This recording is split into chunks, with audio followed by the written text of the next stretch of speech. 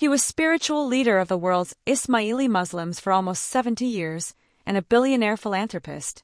He inherited the title Aga Khan as a 20-year-old and spent much of his life as an entrepreneur, building wealth and contributing to society with his charitable work. In this country, the Aga Khan will always be associated with the name Trudeau. He was friends with Prime Minister Pierre Trudeau and came to know his young son Justin.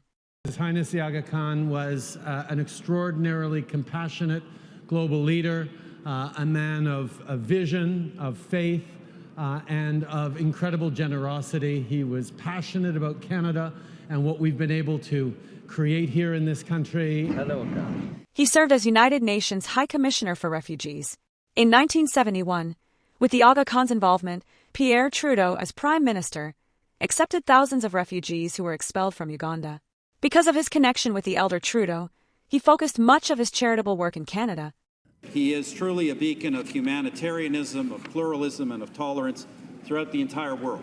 Mr. Speaker, I have informed the Aga Khan that our government will be seeking the consent of the House to extend honorary citizenship to His Highness. It was years later, in 2016, that he extended an invitation to Justin Trudeau to vacation on the Aga Khan's private island in the Caribbean. Accepting that gift sparked a conflict of interest investigation. A year later, the Ethics Commissioner, Mary Dawson, found that Trudeau was not a close personal friend and should not have accepted the holiday. The Prime Minister said he accepted the findings. I took responsibility. I accepted the full recommendations of the Commission. The Aga Khan lived much of his life in France, was a jet-setter who loved horses and horse racing. He was friends with Queen Elizabeth. At Pierre Trudeau's funeral, he was seated prominently with former U.S. President Jimmy Carter and former Governor General Romeo LeBlanc. Another Governor General, Adrian Clarkson, called him a visionary.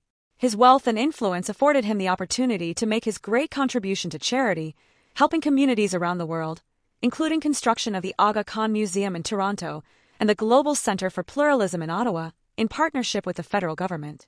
The Aga Khan was 88